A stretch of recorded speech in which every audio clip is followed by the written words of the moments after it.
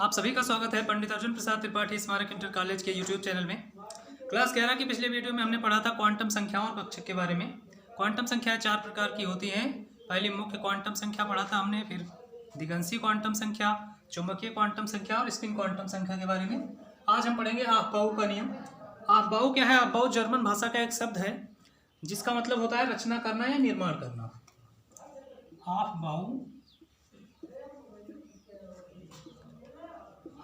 German भाषा का एक शब्द है जिसका अर्थ होता है रचना करना या निर्माण करना। रचना या निर्माण करना। तो ऑफ-बाउ ने जो नियम दिया था, ये नियम दिया था इलेक्ट्रॉनिक विन्यास के निर्माण के लिए या इलेक्ट्रॉनिक विन्यास बनाने के लिए, इलेक्ट्रॉनिक विन्यास निर्धारण के लिए अपना नियम दिया था इन्होंने। तो इलेक्ट्रॉनिक विन्यास निर्धारण कैसे होता है? ऑफ-बाउ के नियम के अनुसार सबसे पहले इलेक्ट्रॉन निम्न ऊर्जा स्तर के कक्षकों में प्रवेश करते हैं। निम्न ऊर्जा के कक्षकों से उच्च ऊर्जा के कक्षकों की तरफ जाते हैं। यानी पहले इलेक्ट्रॉन निम्न ऊर्जा के कोषों में और उसके बाद उच्च ऊर्जा के कोषों में प्रवेश करेंगे। यानी जिस कोष की ऊर्जा कम होगी उसमें इलेक्ट्रॉन पहले प्रवेश करेगा और जिस कोष की ऊर्जा अधिक होगी उसमें इलेक्ट्रॉन बाद में प्रवेश करेगा। तो ऑफ-बाउ के नियमानुसार लिखेंगे हम, ऑफ-बाउ जर्मन भाषा का एक शब्द है इसका अर्थ होता है रचना करना या निर्माण करना।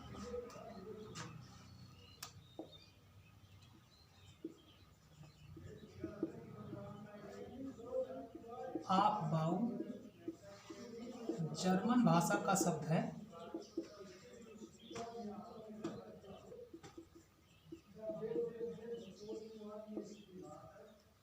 जिसका अर्थ रचना या निर्माण करना है।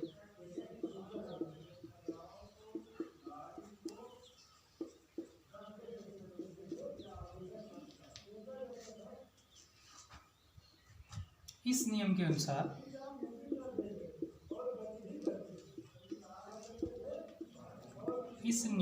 अनुसार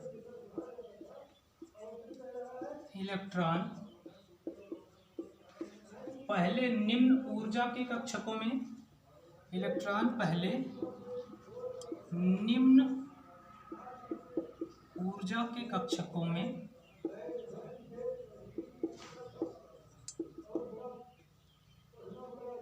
तत्पश्चात यानी उसके बाद में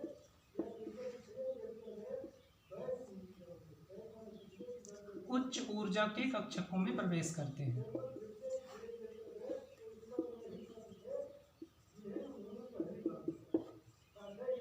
उच्च ऊर्जा के कक्षकों में प्रवेश करते हैं।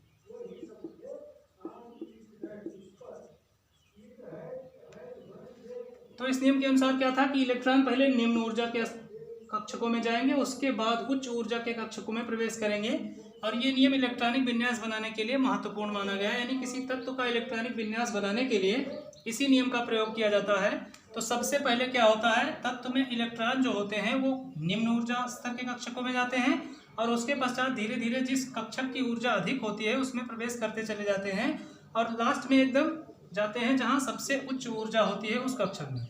यानी सबसे पहले इलेक्ट्रॉन निम्न ऊर्जा में और उसके बाद उच्च ऊर्जा वाले कक्षकों में प्रवेश करते हैं। तो इस नियम के अनुसार पहले कक्षकों को हम देखेंगे कि कौन से कक्षक की ऊर्जा अधिक है और कौन से कक्षक की ऊर्जा कम है। कक्षकों की ऊर्जा का क्रम।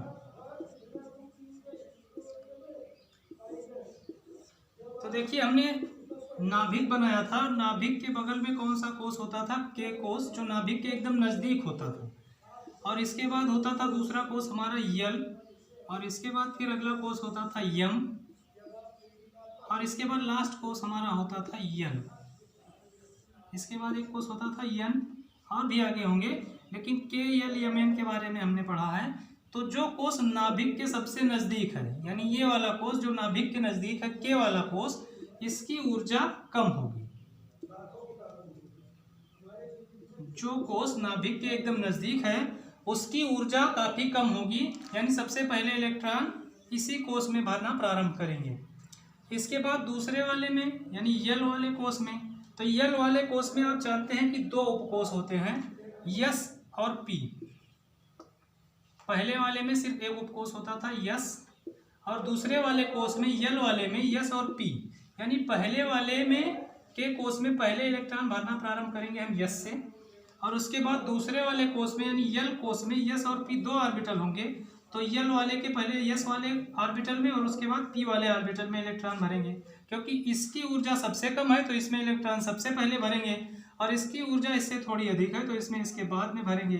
फिर यम वाले कोष की ऊर्जा जो है वो इससे थोड़ी अधिक है, यानी जैसे जैसे ऊर्जा का क्रम बढ़ता चला जाएगा इलेक्ट्रॉन भरना उसी क्रम से जारी रहेगा, यानी जिसकी ऊर्जा सबसे कम उसमें इलेक्ट्रॉन सबसे पहले, और जिस कोष की ऊर्जा सबसे अधिक होगी उसमें इलेक्ट्रॉन सबसे लास्ट में भरे जाएंगे।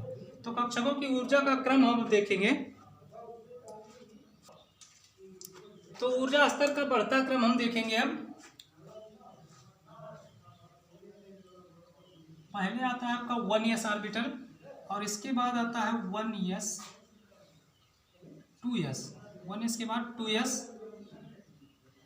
यानी इसकी ऊर्जा सबसे कम होगी और उसके बाद इसकी ऊर्जा होगी, फिर इसके बाद 2p वाले कक्षक की ऊर्जा होगी।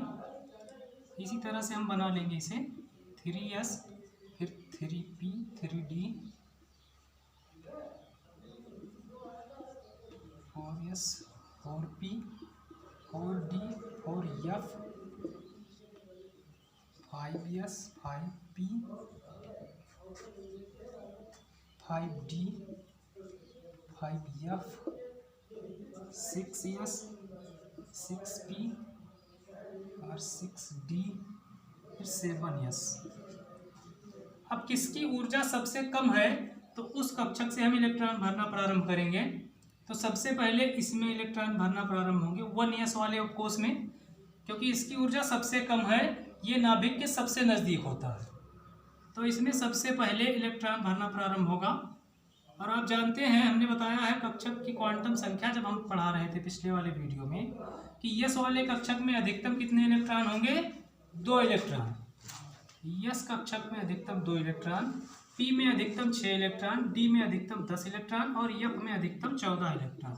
यानी जब 1s वाले में 2 इलेक्ट्रॉन हो जाएंगे तो इलेक्ट्रॉन प्रवेश करेगा दूसरे वाले कक्षक 2s में, और फिर यस उपकोष आ रहा है तो यस उपकोष में अधिकतम 2 इलेक्ट्रॉन रहेंगे, यानी कि जब इसमें 2 इलेक्ट्रॉन हो जाएंगे फिर अगले वाले कक्षक में इलेक्ट्रॉन प्रवेश करेगा और अगला कक्षक हमारा होगा 2p। अब 2p के बाद फिर अगला कक्षक आएगा हमारा 3s, और 3s के बाद फिर इधर जाएंगे तो 3p। तो जिस तरीके से इसकी ऊर्जा बढ़ती चली जाएगी उसी तरीके से हम इलेक्ट्रॉनिक विन्यास बनाते चलेंगे। जैसे 1s में 2 इलेक्ट्रॉन, फिर s में 2 इलेक्ट्रॉन, फिर p में आएंगे तो p में अधिकतम आप जानते हैं 6 इलेक्ट्रॉन होंगे। तो p में जब 6 इलेक्ट्रॉन हो जाएंगे आपके पास तो फिर आप 3s में चले आएंगे, 3s में भी 2 हो जाएंगे, 2 के बाद आप फिर जाएंगे 3p वाले ऑर्बिटल में।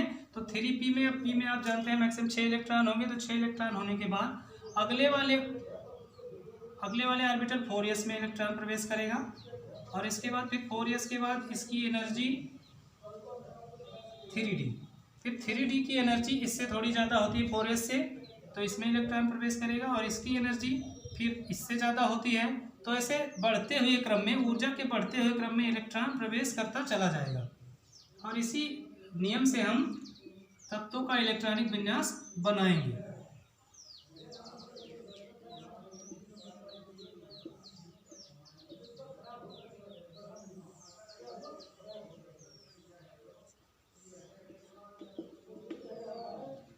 इसी तरीके से आप इलेक्ट्रॉनिक विन्यास बनाएंगे इसी नियम के तहत। जैसे इसमें पहले इलेक्ट्रॉन 1s में हमारा प्रवेश करेगा, फिर 2s, फिर 2p, फिर 3s, फिर 3p, फिर 4s, और 4s के बाद 3d, 3d के बाद 4p, 4p के बाद 5s आएगा, 5s के बाद आप सीधे चले जाएंगे इधर 4d में, 4d के बाद 5p में, फिर 5p से 6s में इलेक्ट्रॉन आएगा, 6s के बाद फिर 4f में, और 4f के बाद 5d, 6p, 7s, फिर 5f, 6d। इसी तरीके से इलेक्ट्रॉन बढ़ते क्रम में, ऊर्जा के बढ़ते क्रम में प्रवेश करेगा कक्षकों में। तो जिस कक्षक की ऊर्जा सबसे कम होगी उस कक्षक में इलेक्ट्रॉन सबसे पहले, और जिस कक्षक की ऊर्जा सबसे अधिक होगी उसमें इलेक्ट्रॉन सबसे बाद में प्रवेश करेगा। तो ऊर्जा का बढ़ता हुआ क्रम नीचे भी हम लिख देंगे। सबसे पहले 1s में, और 1s के बाद 2s में, फिर 2s के बाद कौन सा आ रहा है 2p। यानी जैसे जैसे ऊर्जा का क्रम बढ़ता चला जाएगा इलेक्ट्रॉनिक विन्यास आप इसी तरह से बनाएंगे। पहले 1s में, फिर ऊर्जा के बढ़ते क्रम के अनुसार फिर 2s में, फिर 2p में, और इसके बाद फिर 3s, 3s के बाद 3p, 3p के बाद आता है आपका 4s, तो फिर 4s में, और 4s के बाद 3d में, और 3d के बाद में फिर 4p में, 4p में, 4p के बाद आता है 5s, 5s में, फिर 5s के बाद आता है आपका 4d, तो 4d में, फिर 4d के बाद 5p, 5p के बाद आता है आपका 6s, तो 6s में, अब 6s के बाद आप चले आएंगे यहाँ 4f में, f के बाद फिर 5d, 5d के बाद फिर 6p आ रहा है, 6p में, 6p के बाद 7s, 6p के बाद 7s ऑर्बिटल में, और 7s ऑर्बिटल के बाद फिर 5f 6d। इसी क्रम से इलेक्ट्रॉनिक विन्यास आप बनाएंगे।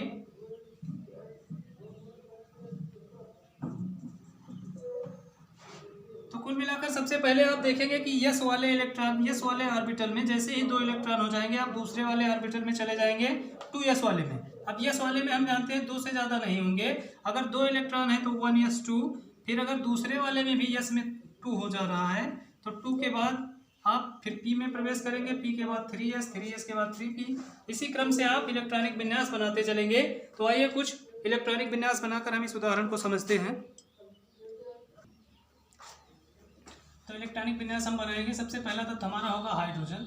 हाइड्रोजन का परमाणु क्रमांक आप जानते हैं 1, और परमाणु क्रमांक कितना होता है उतनी ही उसमें इलेक्ट्रॉनों की संख्या, उतना ही उसका प्रोटॉनों की संख्या। तो हाइड्रोजन का परमाणु क्रमांक 1 है, और इसमें कितने इलेक्ट्रॉन और प्रोटॉन होंगे, तो इसमें जितने इलेक्ट्रॉन उतने प्रोटॉन और उतना ही उसकी परमाणु क्रमांक या परमाणु क्रमांक। अब परमाणु क्रमांक 1 है इसका, यानी इसमें 1 इलेक्ट्रॉन है, तो इसका इलेक्ट्रॉनिक विन्यास जब आप बाउ के नियम से बनाएंगे तो सबसे पहले किस में इलेक्ट्रॉन प्रवेश करेगा, 1s वाले ऑर्बिटल में। 1s ऑर्बिटल में हम इलेक्ट्रॉन सबसे पहले डालेंगे, तो 1s, और इसमें कुल मिलाकर कितना इलेक्ट्रॉन, 1 इलेक्ट्रॉन है, तो 1 इलेक्ट्रॉन है तो इसके ऊपर ऐसे लिख देंगे 1s1। फिर उसके बाद दूसरा हमारा तत्व आता है हीलियम। हीलियम का परमाणु क्रमांक होता है 2, इसका भी इलेक्ट्रॉनिक विन्यास बनाएंगे। तो यस वाले में आप जानते हैं कि यस वाले में अधिकतम 2 इलेक्ट्रॉन रहेंगे, तो अभी तक 1 इलेक्ट्रॉन लिखा है हमने। दूसरा इलेक्ट्रॉन 1s वाले में फिर जाएगा, 1s2 हो जाएगा। अब यस वाले में 2 इलेक्ट्रॉन हो चुके हैं, क्योंकि 2 इलेक्ट्रॉन अधिकतम रह सकता है यस में, तो 1s में 2 इलेक्ट्रॉन हो चुके हैं। अब हमारा तीसरा तत्व आता है लिथियम। लिथियम, इसका परमाणु क्रमांक 3, तो जितने परमाणु क्रमांक उतना है उसमें प्रोटॉनों की संख्या और उतनी ही इलेक्ट्रॉनों की संख्या। तो इलेक्ट्रॉनों की संख्या का वितरण ही तो इलेक्ट्रॉनिक विन्यास कहलाता है। तो सबसे पहले क्या करेंगे, हम 1s में इलेक्ट्रॉन प्रवेश कराएंगे। इसमें 3 इलेक्ट्रॉन है, तो 1s2। अब 2 लिखेंगे, यहाँ 3 कुछ लोग लिख देंगे तो गलत हो जाएगा, क्योंकि यस वाले में अधिकतम 2 इलेक्ट्रॉन रह सकते हैं। तो 1s2। 1s के बाद कौन सा ऑर्बिटल हमारा आता है, 2s आएगा, तो इसमें 2 इलेक्ट्रॉन हो गए। कितना बचा हमारा, 1 इलेक्ट्रॉन, तो 1 इलेक्ट्रॉन 2s वाले ऑर्बिटल में, ठीक। तो 2 और 1 3 इलेक्ट्रॉन हो गए। लिथियम के बाद आता है बेरिलियम। बेरिलियम का परमाणु क्रमांक 4 होता है, इसी के अकॉर्डिंग इसे भी बनाएंगे, तो 1s2 और 2s2, तो 2 और 2 4 इलेक्ट्रॉन हो गए इसमें। बेरिलियम के बाद फिर आता है बोरॉन, इसका परमाणु क्रमांक 5 है, तो 1s2 2s2, यानी 2 2 4 इलेक्ट्रॉन, क्योंकि यस में अधिकतम 2 इलेक्ट्रॉन ही रहेंगे। अब 1s और 2s के बाद कौन सा ऑर्बिटल आता है हमारा, 2p। 1s और 2s के बाद 2p ऑर्बिटल आता है, तो इसे इधर लिखेंगे 2p। तो 2 और 2 4 इलेक्ट्रॉन हमने पहले लिख दिए हैं, 5वां इलेक्ट्रॉन 2p में प्रवेश करेगा। तो हो गया इसका इलेक्ट्रॉनिक विन्यास 1s2 2s2 और 2p1। बोरान के बाद फिर आता है अगला तो हमारा कार्बन, जिसका परमाणु क्रमांक 6 होता है। इसका इलेक्ट्रॉनिक विन्यास बनाएंगे तो 1s2 फिर 2s2 और इसके बाद 2p। अब p में आप जानते हैं अधिकतम कितने इलेक्ट्रॉन होंगे, p में 6 इलेक्ट्रॉन, तो 1 से लेकर 6 तक पहुंचेंगे। यानी p वाले में 1 था, तो अब कितना कर देंगे, इसे 2 कर देंगे, 2 और 2 4, और 2 अगर p में हो जाए तो 6 हो जाएगा। तो ये होगा कार्बन। फिर कार्बन के बाद आता है आपका नाइट्रोजन। नाइट्रोजन का परमाणु क्रमांक 7, इसका इलेक्ट्रॉनिक विन्यास बनाएंगे तो 1s2 2s2 और 2p3, क्योंकि p वाले ऑर्बिटल में आप जानते हैं कि अधिकतम 6 इलेक्ट्रॉन रहेंगे, तो 6 इलेक्ट्रॉन तक इसे हमें ले जाना है। नाइट्रोजन के बाद ऑक्सीजन आता है जिसका परमाणु क्रमांक 8, इसका भी इलेक्ट्रॉनिक विन्यास 1s2 2s2, 2 2 4 इलेक्ट्रॉन हो गए हैं। अब 4 इलेक्ट्रॉन और बचे हैं तो 2p4 कर देंगे इसे, तो 2 2 4 और 4 8 हो गए। फिर ऑक्सीजन के बाद आता है फ्लोरीन, फ्लोरीन का परमाणु क्रमांक 9, इसका इलेक्ट्रॉनिक विन्यास बनाएंगे तो 1s2 2s2 2p5। फिर फ्लोरीन के बाद नियान, नियान का परमाणु क्रमांक 10, 1s2 2s2 और 2p6, 2 और 2 4 और 6 10 इलेक्ट्रॉन हो गए। इसके बाद आएगा हमारा सोडियम, सोडियम, सोडियम का परमाणु क्रमांक 11, तो इसका भी इलेक्ट्रॉनिक इसी तरीके से इलेक्ट्रॉनिक विन्यास 1s2 2s2 2p6। अब इसमें 6 ही इलेक्ट्रॉन रहेंगे क्योंकि p में अधिकतम 6 इलेक्ट्रॉन होंगे और कुल मिलाकर इसमें कितने हैं 11 इलेक्ट्रॉन, तो 2 और 2 4 और 6 10। तो हमारा 1s ऑर्बिटल हो गया, 2s ऑर्बिटल हो गया, 2p ऑर्बिटल हो गया। अब 2p के बाद कौन सा आता है 3s ऑर्बिटल, तो इसके बाद 10 इलेक्ट्रॉन इसमें हो चुके हैं। 11वां इलेक्ट्रॉन हमारा जाएगा 3s वाले ऑर्बिटल में, 3s 1 कर देंगे तो 11 इलेक्ट्रॉन। फिर इसी तरीके से मैग्नीशियम, मैग्नीशियम का परमाणु क्रमांक 12, तो 1s2 2s2 2p6 3s2, यानी 2 2 4 6 10 और 2 12 हो गया इसका इलेक्ट्रॉन। अब मैग्नीशियम के बाद आता है एल्यूमिनियम, एल्यूमिनियम का परमाणु क्रमांक 13, इसका इलेक्ट्रॉनिक विन्यास बनाएंगे तो 1s2 2s2 2p6 3s2। अब 3s वाले में आप जानते हैं कि s वाले में अधिकतम 2 इलेक्ट्रॉन ही रहेंगे, तो s का कोष पूरा हो चुका है, यानी 2 हो चुके हैं इसमें इलेक्ट्रॉन, तो 2 से अधिक नहीं हो सकते। तो हम देखेंगे 3s के बाद कौन सा ऑर्बिटल आता है, तो आता है 3p, तो 3p में जाएंगे 3p1, यानी 2 और 2 4 6 10 2 12 1 13 इलेक्ट्रॉन हो गए। अब 3p में हम कहाँ तक जाएंगे, जैसे इस वाले 2p में हमने 1 2 3 4 5 6 इलेक्ट्रॉन भरे थे, इसी तरह से हम 3p में भी 6 इलेक्ट्रॉन भरेंगे। 6 इलेक्ट्रॉन भरेंगे तो परमाणु क्रमांक 18 का तत्व हमें मिलेगा। परमाणु क्रमांक 18 होता है आर्गन का। बीच का जो इलेक्ट्रॉनिक विन्यास है आप करेंगे, आर्गन का परमाणु क्रमांक 18 होगा, इसका इलेक्ट्रॉनिक विन्यास बनाएंगे अगर तो 1s2 2s2 2p6 3s2 और 3p6। ये हो गया 2 2 4 6 10 10 2 12 और 6 18 इलेक्ट्रॉन हो गए आर्गन में। आर्गन के बाद आता है पोटेशियम, पोटेशियम का परमाणु क्रमांक 19, इसका इलेक्ट्रॉनिक विन्यास बनाएंगे तो सेम यही 1s2 2s2 2p6 3s2 फिर 3p6 3p के बाद अब देखिए 3p में 6 इलेक्ट्रॉन हो चुके हैं। आप जानते हैं कि p में 6 से अधिक नहीं हो सकते हैं, तो आप देखेंगे 3p के बाद कौन सा ऑर्बिटल आता है हमारा, 3p के बाद आता है 4s, तो 4s लिखेंगे, 4s में 1 इलेक्ट्रॉन, तो इसमें हो गए 19। फिर कैल्शियम, कैल्शियम का परमाणु क्रमांक 20 होता है, इसका भी इलेक्ट्रॉनिक विन्यास इसी तरह से बनाएंगे 1s2 2s2 2p6 3s2 3p6 फिर 4s2। ये हो गया कैल्शियम, यानी 20 नंबर के परमाणु क्रमांक का इलेक्ट्रॉनिक विन्यास। फिर कैल्शियम के बाद हम आएंगे स्कैंडियम, स्कैंडियम का परमाणु क्रमांक 21। अब इसमें इलेक्ट्रॉनिक विन्यास इसका जब बनाएंगे तो 1s2 2s2 फिर 2p6 3s2 3p6 4s2, 2 और 2 4 6 10 2 12 6 18 2 20 हो गए। 21वां इलेक्ट्रॉन हमारा आप देखेंगे कहाँ जाता है, 3p के बाद 4s में, 4s के बाद आप जाएंगे 3d में, 3d में प्रवेश करेंगे तो 3d में इसका इलेक्ट्रॉन जो है 21 नंबर वाला 3d में जाएगा। ये होगा 21 का परमाणु क्रमांक, इलेक्ट्रॉनिक विन्यास 21 वाले का। अब d वाले ऑर्बिटल में आप जानते हैं अधिकतम 10 इलेक्ट्रॉन होंगे, d वाले ऑर्बिटल में अधिकतम 10 इलेक्ट्रॉन होंगे, तो हम जाएंगे 3d1 से लेकर 3d10 तक इलेक्ट्रॉनिक विन्यास बनाते ऐसे चले जाएंगे। Scandium, titanium, vanadium, chromium. अब क्रोमियम वाला एक है अपवाद, इसे कहते हैं हम, क्रोमियम का इलेक्ट्रॉनिक विन्यास जब बनाएंगे तो 1s2 2s2 2p6 3s2 3p6 4s2 और 3d5। इसका इलेक्ट्रॉनिक विन्यास, इसका परमाणु क्रमांक होता है 24, तो 2 2 4 6 10 2 12 6 18 2 20 और यहाँ रहेगा आपका 4, 24। इस तरीके से इसका इलेक्ट्रॉनिक विन्यास बनना चाहिए अफबाओ के नियम से। लेकिन ये अपवाद है आपका, ये इस तरीके से नहीं बनता है। इसमें आप करेंगे 3D में 5 और 4s में 1 करेंगे। इसका इलेक्ट्रॉनिक विन्यास जब बनाएंगे तो जहाँ 4s2 आपने लिखा है वहाँ कर देंगे 4s1 और 3D को 4 की जगह पर 5 कर देंगे।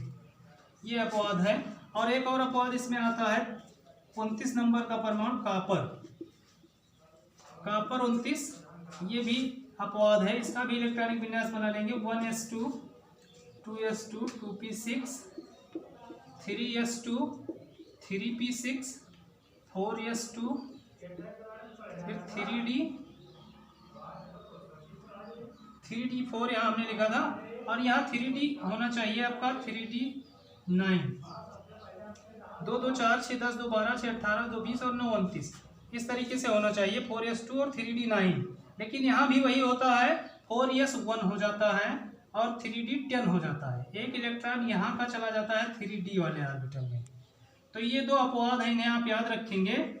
इनका इलेक्ट्रॉनिक विन्यास बनाते समय ये ध्यान रखेंगे कि 4s और 3d में इंटरचेंज हो रहा है, यानी 3d वाले ऑर्बिटल में एक इलेक्ट्रॉन अधिक हो जाता है और 4s वाले में एक इलेक्ट्रॉन कम हो जाता है। ये क्यों होता है ये भी हम बताएंगे आपको आगे।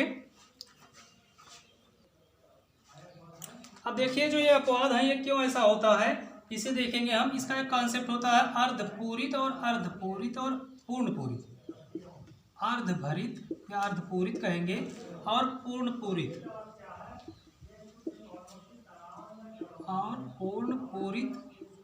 कक्षकों का स्थायित्व।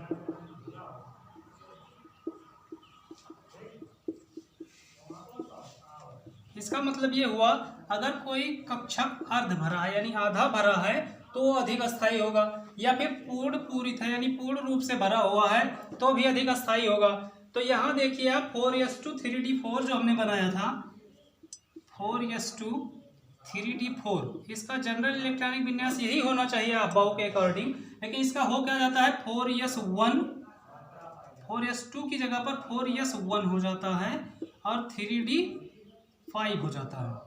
ऐसा क्यों होता है? पूर्ण पूरित और अर्धपूरित कक्षकों के अस्थायित्व के कारण। क्योंकि देखिए आप यस वाले में आप जानते हैं यस ऑर्बिटल ऐसे बनता है, यस ऑर्बिटल में अधिकतम कितने इलेक्ट्रॉन होंगे? 2 इलेक्ट्रॉन, ये भी आप जानते हैं। फिर उसके बाद डी वाला जो आपका है डी में 5 ऑर्बिटल होते हैं डी उपकोष में, 1 2 3 4 और 5 ऑर्बिटल होते हैं डी वाले उपकोष में, और यस वाले उपकोष में एक ही ऑर्बिटल होता है। तो एक ऑर्बिटल में 4s2 हो गया। अगर अफबाओ के नियम से बनाया जाए तो 4s2 और इसके बाद फिर 3d4 यानी इसमें 3d4 करेंगे हम अगर डी वाले में, तो डी में अधिकतम 5 ऑर्बिटल होते हैं और पांचों ऑर्बिटल में अधिकतम इलेक्ट्रॉन कितने रह सकते हैं? प्रत्येक ऑर्बिटल में हमने पढ़ा है कि 2 इलेक्ट्रॉन से ज़्यादा नहीं होंगे, तो 5 ऑर्बिटल में अधिकतम 10 इलेक्ट्रॉन होंगे। तो इसमें है कितना? 4 इलेक्ट्रॉन। तो 2 3 4 इलेक्ट्रॉन हो गए ये अफबाओ के नियम से। तो अफबाओ के नियम से इसमें 4 इलेक्ट्रॉन हो रहे हैं, लेकिन आप कह रहे हैं कि अर्धभरित और पूर्ण भरित कक्षक अधिक अस्थायी होते हैं। यानी अगर कोई कक्षक कोई ऑर्बिटल पूरा भरा है तो अधिक अस्थायी माना जाता है, या फिर आधा भरा है तो अस्थायी माना जाता है। तो यहाँ क्या है देखिए, ये वाला कक्षक तो पूरा भरा है ये अस्थायी है, लेकिन ये दूसरा वाला कक्षक जो है ये अस्थायी नहीं है।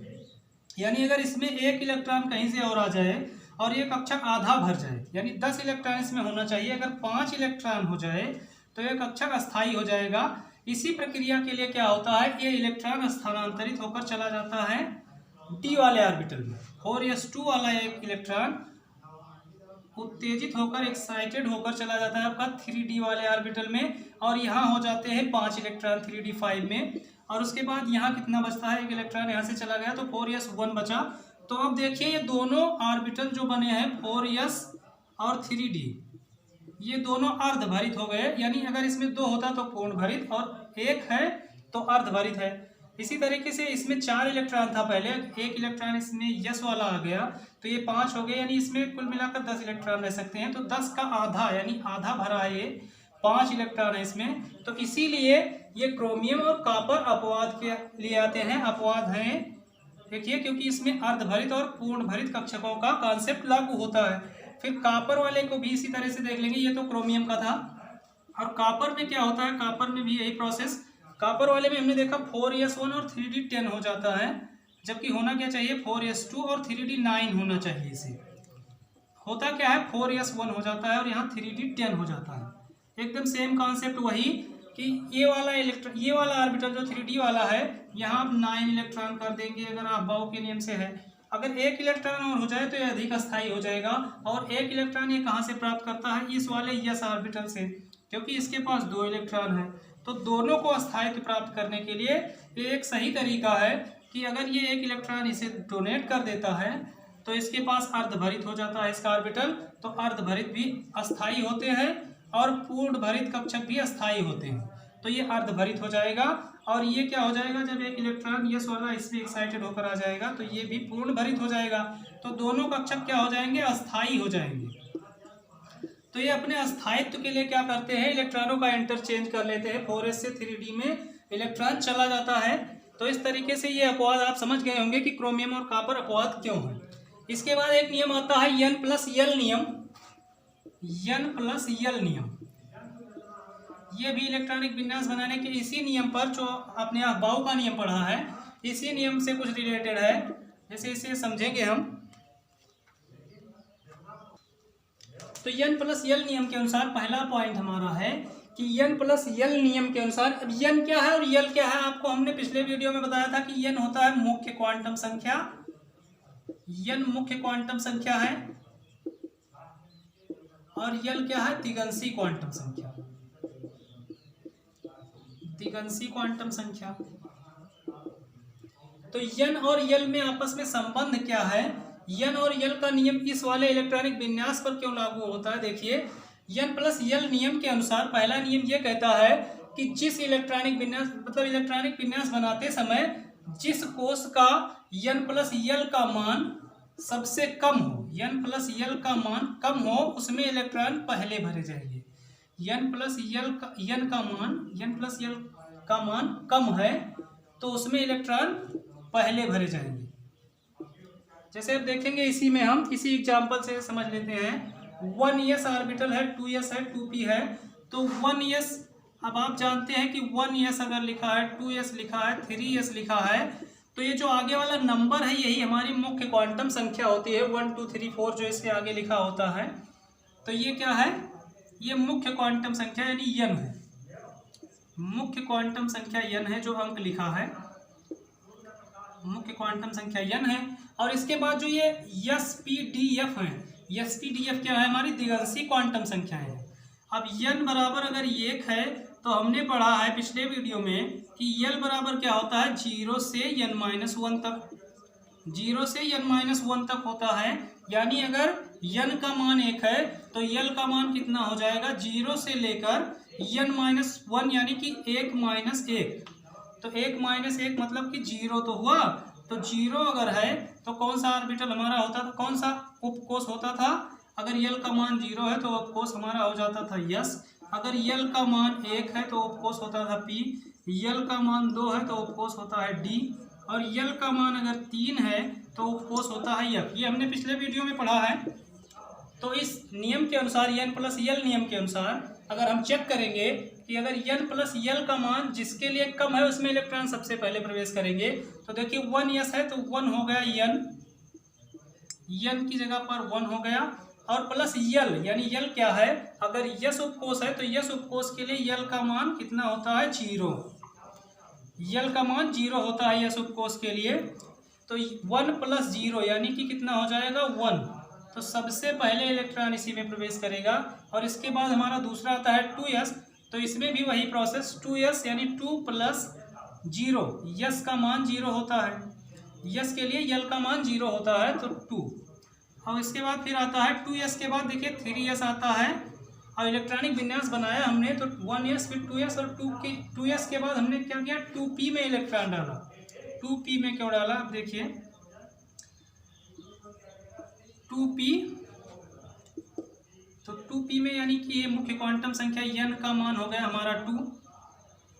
हमने बताया कि जो अंक लिखा हो इलेक्ट्रॉनिक विन्यास बनाते समय ऑर्बिटल के आगे, वही हो जाता है उसकी मुख्य क्वांटम संख्या। तो n का मान हो गया 2 और प्लस l करना है हमें। अब प्लस l करेंगे अगर हम तो प्लस यल यानी पी के लिए देखिए यन बराबर अगर 2 है, यन बराबर 2 है तो यल का मान कितना आ जाएगा, यल का मान आ जाएगा 0 से n माइनस 1 तक, यानी 0 से 2 माइनस 1 तक। तो 0 और फिर 1, 2 माइनस 1 करेंगे तो 1। अगर यल का मान 0 आता है तो आप जानते हैं कि यस ऑर्बिटल, अगर 1 आता है तो आप जानते हैं पी उपकोष। तो ये पी उपकोष के लिए कितना होता है, इसका मान 1 होता है। तो 2p लिखा है यानी 2n हो गया और यल का मान कितना हो गया 1। अगर 2 और 1 को जोड़ेंगे हम तो कितना आएगा मान, ये 3। तो सबसे पहले 3 वाले में इलेक्ट्रॉन प्रवेश कराते हैं। देखिए 2p के बाद हमारा किस में इलेक्ट्रॉन प्रवेश करता है, 3s में। अब देखिए इसका भी वैल्यू इसी तरह से हम निकालेंगे अगर, तो इसका वैल्यू सेम आ रहा है 3s। 3s करेंगे तो ये 3 हो गई आपकी मुख्य क्वांटम संख्या n की जगह पर 3 कर देंगे, प्लस यस जो है यस का मान आप जानते हैं यल बराबर 0 होता है। तो 3 में अगर हम 0 जोड़ेंगे तो इसका मान भी तो 3 आएगा। तो 2p और 3s दोनों के मान n प्लस यल में सेम आ रहे हैं, n प्लस यल नियम के अनुसार।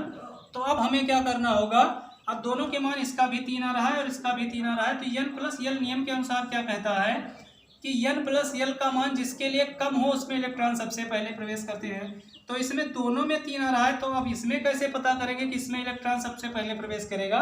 तो इसके लिए दूसरा नियम n प्लस यल का था, अगर दोनों कक्षकों के मान सेम आ रहे हैं, यानी दोनों कक्षकों के लिए 2p और 3s के लिए जैसे सेम आ रहा है तो n प्लस यल का मान, तो इसमें हम क्या करेंगे, जिसमें n का मान कम हो, जिस वाले ऑर्बिटल में n का मान, n क्या, ये जो अंक लिखा है, तो n अंक जैसे इसमें 2 लिखा है और इसमें 3 लिखा है, तो 2 वाला कम है, तो जिसका मान कम हो, जिसका n का मान कम हो उसमें सबसे पहले इलेक्ट्रॉन लिखेंगे। तो इसलिए हमने 2p को सबसे पहले रखा और उसके बाद 3s को। तो ये हो गया हमारा n प्लस यल नियम। तो अब हम जान चुके हैं इलेक्ट्रॉनिक विन्यास बनाना अपाओ के नियम से। अब इसी तरह से आप और तत्वों के इलेक्ट्रॉनिक विन्यास बनाएंगे और घर पर अपना कार्य करेंगे।